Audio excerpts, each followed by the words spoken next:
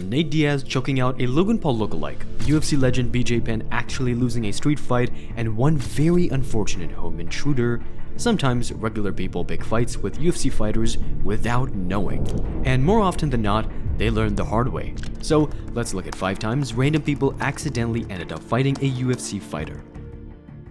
First up, this 21-year-old who broke into a house just for it to be the home of UFC light heavyweight title challenger Anthony Smith. It was 4 a.m. and while asleep in his home with his wife and 3 daughters present, Anthony heard a guy screaming at the top of his lungs. Sound warning, the guy has one loud scream on him.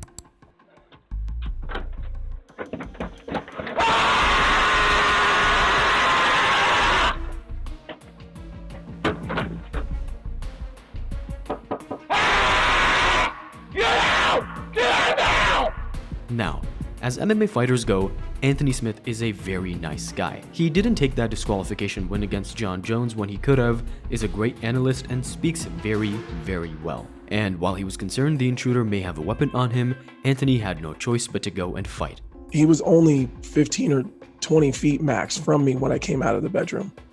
So as soon as I came out, he just looked at me and kind of flexed and like it looked like he was trying to scare me and was coming my way. So I paused and kind of thought to myself, like, I don't know him. And then just panic. It's like the most terrifying moment of your life. But somehow, the guy was able to survive for a lot longer than you'd expect. So I kind of just tucked my head, took him down, and then just tried to incapacitate him as fast as I could. And as the fight's happening, I'm realizing that he's young. He's probably in his early 20s. Turns out he's 22 or 23. He's not very big. He's like 165 or 170 pounds, but he's super strong. I just was having a really hard time controlling him, trying to get a hold of his hands and trying to knock him out to get him to stop, and he just never did. You'd confidently assume someone with the experience of Anthony Smith could handle a regular person with ease, but it turns out the person inside his house was a semi-decent high school wrestler. Smith said if you factored in the fear he had, the strange toughness of this dude, it was one of the toughest fights of his life. And remember, this is a guy who went 5 rounds with Jon Jones, fought Shogun Rua, Alexander Gustafsson, and so many world-class fighters. I am by no means the baddest dude on the planet. Listen, he's top 100. Oh, out of all the humans on the planet, Anthony Smith is one of the top 100 baddest motherfuckers that's walking the earth.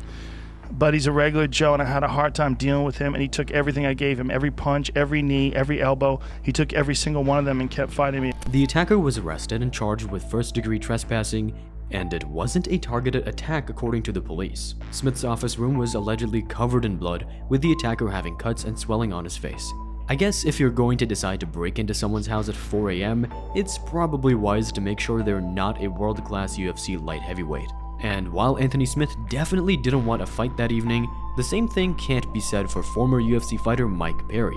But before we get to Mike Perry, please take this time to go and hit the subscribe button. We're looking to grow and expand the channel in 2025, and every new subscriber helps us on our way to making more content just like this for you guys. So thank you. As wild characters go in the UFC, Mike Perry is certainly someone you'd put near the top of that list. He's undefeated in bare-knuckle boxing, often surrounded in controversy, and is very short-tempered. Something an unfortunate older man discovered outside a restaurant in Texas back in 2020.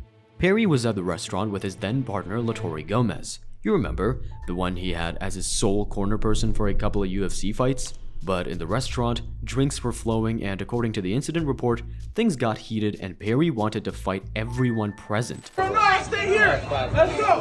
I'll stay here. What do you want? Go, Mike.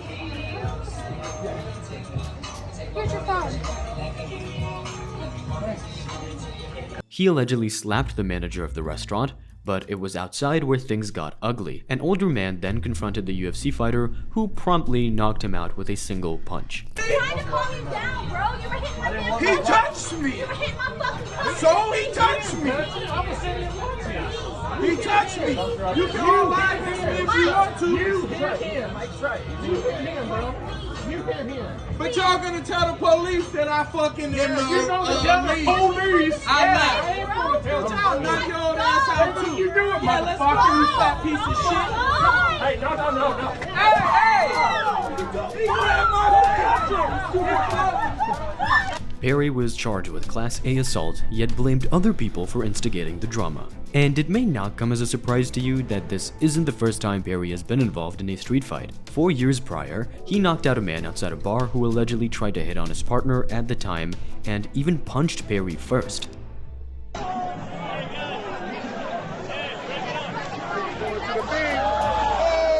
Alcohol is a wild thing. It'll literally give you the confidence to fight anyone, not realizing that with Mike Perry, you're seriously picking on the wrong person. And just like Mike Perry isn't the guy to mess with, Nate Diaz isn't either. It was after a Misfits boxing event back in 2023 where Nate Diaz was there supporting a teammate and clearly wanted some of the action of his own after the show. In the brief video footage we have, a brawl went down outside some bars when a guy approached Nate Diaz with his hands up, indicating he didn't want to fight. Well, if you knew Diaz, you would have known he wouldn't care one bit, because the third-degree black belt latched up a guillotine and choked the man unconscious in a matter of seconds. Oh yeah, Logan.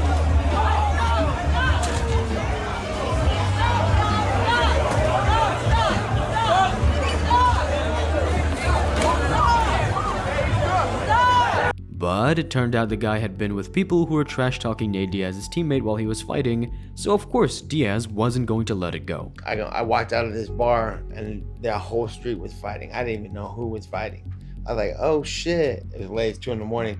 So I started running around to the other side of the street where I saw some of my other homies over there, and I started crossing the street. I'm looking, and then fake Logan Paul runs up in my face. Like, whoa, and I'm like, whoa, back the fuck up, and I grabbed him by his hands, cause he's like, whoa, like, this fool's gonna hit me. So I grabbed my thing, like, back up, and he pushed into me. Fuck. And when he pushed into me, I had him in a headlock, and then the whole street was going crazy. Like, these fools are gonna fuck me up, so I choked his ass. Then, just a few hours later at 7 a.m., Diaz turned himself in to the police. He was eventually released on a $10,000 bond, with his attorney claiming he was acting in self-defense. But the story was far from over there. It turns out the guy, who everyone coincidentally pointed out was a Logan Paul lookalike, actually was an amateur MMA fighter, albeit not a good one. According to Sherdog, he was 0-5 as an amateur, with his nickname being Not Logan Paul, and in the aftermath, he actually tried to sue Nate Diaz, claiming severe injuries to his head, neck, and brain. So I walked up to him, I was like, hey dude, calm down. Yeah, I would have bought him a drink, okay? I did not think that he walks up to me, grabs both of my hands, I'm like, oh dude, calm down. He grabs both my hands, tosses it down, throws a hook, lands on my jaw, pulls me down into a guillotine choke, but it's not like a basic guillotine choke. You know, your head's not right here, okay? His wrist was up tight, forcing the head into the solar plex, putting a deeper style choke, okay? Now, not only am I being choked out by Nate freaking Diaz, but I have 2 of Nate's friends. One of them's in the UFC, blast me in my ribs, okay? And by this point in time, I'm pretty sure I was already asleep. That choke was tight. He also wanted to recover damages due to suffering mental anguish, loss of enjoyment of life, psychological distress, medical expenses, and lost income due to being unable to work. I'm on the ground, the back of my head hits the street, I end up with 8 staples and a severe concussion. I am lucky to be alive. Nate Diaz's representative literally replied LOL to the threat, and seemingly that was that. If you were an amateur MMA fighter, you'd hope that 1, your guillotine defense would be a little better, and 2, that you shouldn't walk up on Nate Diaz of all people. But unlike Nate Diaz, a lot of UFC fighters would let people off the hook, and one who fits into that category is Matt Serra. A lot of modern-day MMA fans may associate Matt Serra with being a coach first and foremost, but people forget just how good he was in his prime. He won the Ultimate Fighter, went on to upset GSP with a first-round knockout to win the welterweight title, and was truly one of the best grapplers in the UFC at the time. But at just 5'6" and constantly cracking jokes, it's probably fairly easy to underestimate Matt Serra. And unfortunately, that's what one drunk guy did in a restaurant in Las Vegas. The funniest part is, Matt Serra was being inducted into the UFC Hall of Fame the next evening. Yeah, you don't want to start a fight with a UFC Hall of Famer.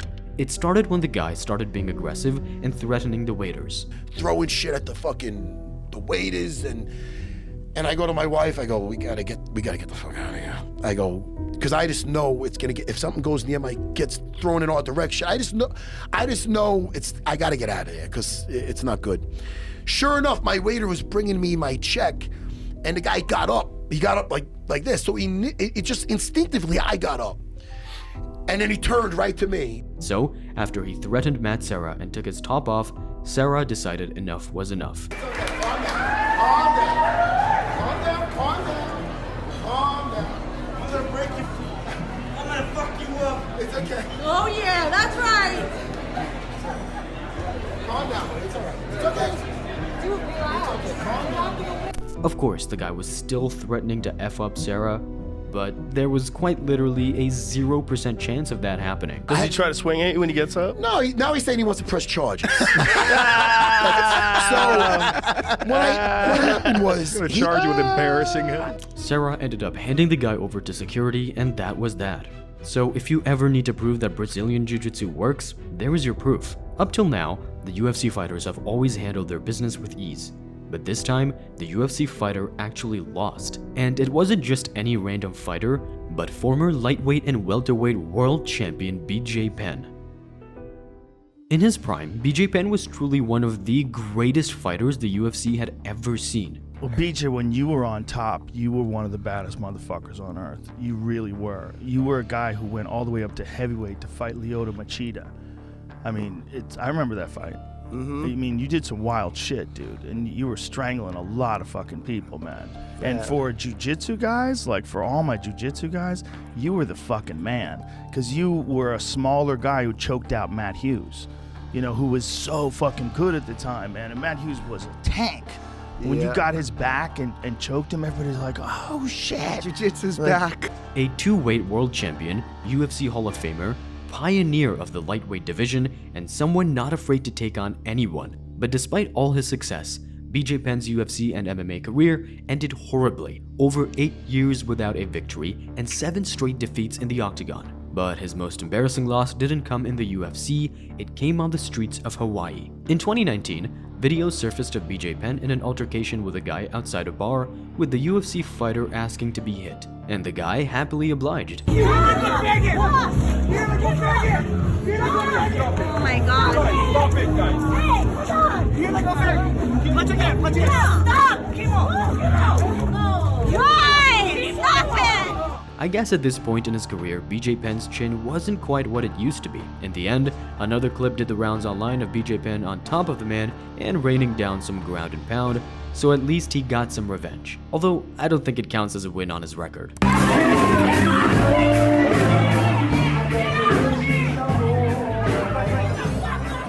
But either way, there's some random dude from a bar out there who can tell his friends he knocked out a UFC Hall of Famer with a single punch. And speaking of a bunch of people getting knocked out, check out this deep dive on the lengths Dana White is willing to go to promote the sport he likes so much to tell everyone about.